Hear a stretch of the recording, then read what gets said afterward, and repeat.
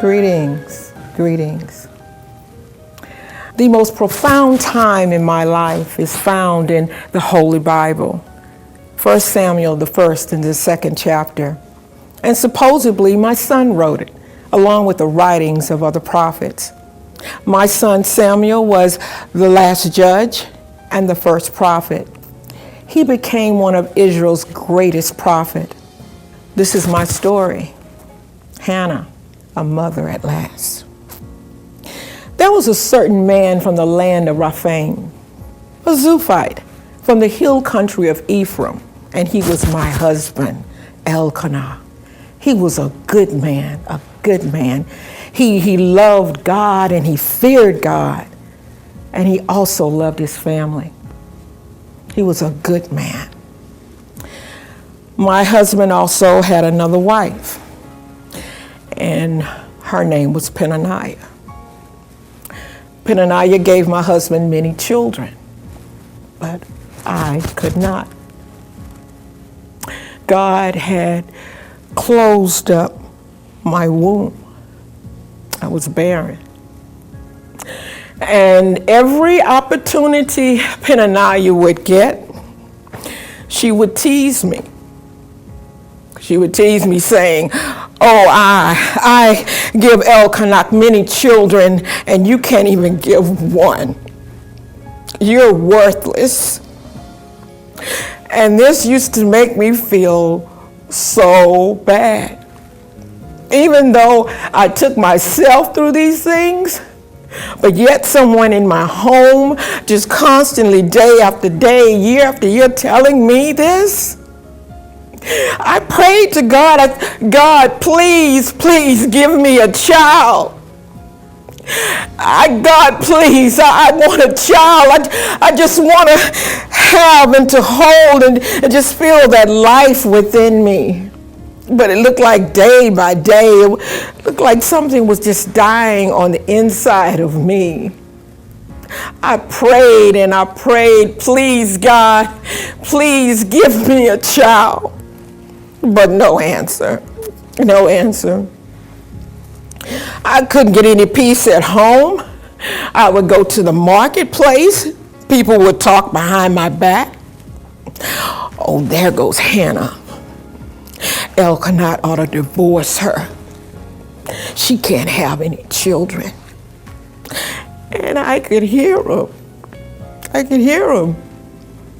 You see, in the Hebrew society, the worst tragedy that can be brought up on a woman is for her not to have any children. And it will give that husband every reason to divorce her. But Elkanah, he didn't. He didn't. He loved me. He loved me, and he wanted a child, and I wanted to give him one. But I couldn't have a child. It just seems as though that the dying on the inside, that I was having sorrow for something that has not lived. I grieved for a life that hasn't been conceived. I prayed and I prayed, God, please give me a child. Please give me a child. Let me have that life within me. Let me feel that presence, the love that I would hold. But God didn't answer my prayer. But I kept on praying. I kept on praying, and I kept on looking to God for an answer. Every year we would go to Shiloh. There was a temple there. And we would give a sacrifice to the Lord. And on that way there, it was a journey. It was a long journey. Peninnah would find that time to tease me again. "What are you going for? God hasn't answered your prayer. You should have stayed at home." But I kept on praying. I kept on going, looking for God to give me an answer. We get there, and I was to be so distraught, so torn up inside, because she teased me so much. I couldn't think straight. I couldn't even eat because of the times that she was just badgering me. We get there and it was just steady, just the teasing and the teasing. And I just prayed, I just tuned out the sound of her voice. God, please, please give me a child. Please, God. We would get there and Elkanah would go into the temple and give God a sacrifice. He would come out and give it to his family. He would give Penaniah and he would give the children a sacrifice. He would come to me and give me a double portion. I couldn't eat. I couldn't eat anything because I was so upset that I couldn't have a child, and I've been praying, God, please. He would give me the portion, and I said, I can't eat anything. And he would say, don't I mean more to you than 10 sons?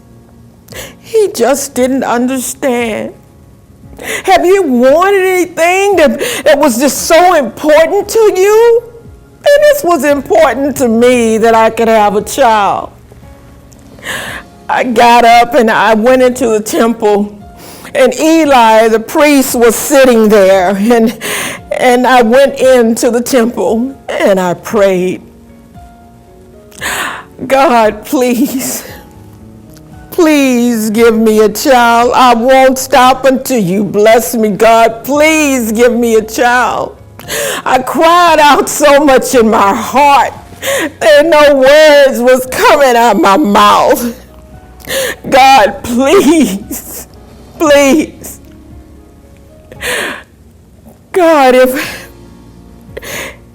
if you give me one child, God, I'll give him back to you. I'll give him back to you, God. If you would give me one child, I will. I vow, I promise, God, I will give him back to you. Just give me a child. Please. Please give me a child. Oh, God, it is so important for me to have a child. Please, God. And I was crying in my heart, and my mouth was moving, and the priest Eli, he came upon me and said, what are you? You're drunk? And I said, no, my priest, I'm not drunk. I'm just praying to God for an answer to my prayer. And the strangest thing happened. He said, go in peace. May God answer your prayer.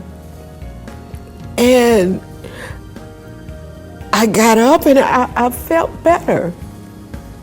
I felt better. And I went back to our tent and I ate some of the sacrifice. We went back home and Elkanah and I laid down. And within time, guess what? I became pregnant. Me, Hannah, I was going to have a baby. Oh, and when it was born, it was a boy. Oh, Elkanah and I, we named him Samuel, and that means heard of God. I was just so happy that God had answered my prayer. It came a time when we were going back to Shiloh to have the sacrifice, and I knew I had made that vow to God. And I wanted to do what I promised God. It was just so hard. Elkanah, he came to me and he said, may God give you strength in what decision you have to make. I knew that I had made a promise to God, and He didn't sway me right or left. Elkanah wanted me to do what I promised to God, and I was willing to do that. God had been good to me. He had answered my prayer, and I wanted to keep my vow. Just as God makes promises to us and keeps them, I wanted to keep it. I prayed that God would give me the strength, and He was giving me the strength. I wouldn't cut any hair off of Samuel's head. I would wean him for 3 years. Their family went on to Shiloh, and they went on up to do the sacrifice, and I stayed back for 3 years. When it came a time when Samuel had to go up, we went up, and I took Samuel into the temple, and he looked so cute. He had on his little robe in which I made for him, and every year I took a robe up for him. It hurt me so bad that I have to give him up. But I knew God had a plan and a purpose for his life. We went into the temple and we saw Eli, and I said, I'm the one that was praying here, and I prayed that God would give me a child, and here he is. I'm giving him back to the Lord. It was just so hard, but I knew I made that vow to God. All I could do at that time was just pray. Just pray and ask God just to give me strength. Oh God, I rejoice in your name. I boast over my enemies. I take delight in your deliverance. There is no one holy like you, Lord. No, not one. You are my rock. You are my all in all. Every deed that has been done, it shall be judged by you. The bows of warriors shall be broken, but they that stumble shall be strengthened. She that was barren had many, many children, but she that had many children is feeble and weak.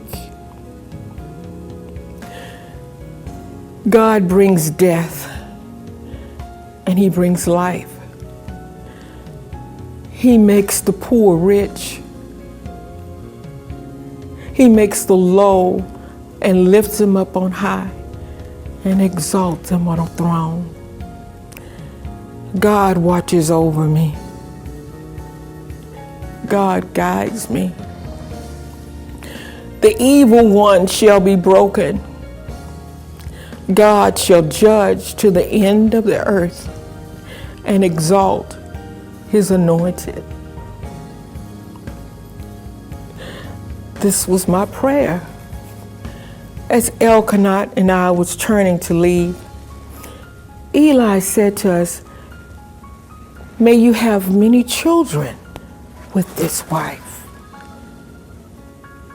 And we left and we went back home to Ramah, and within time,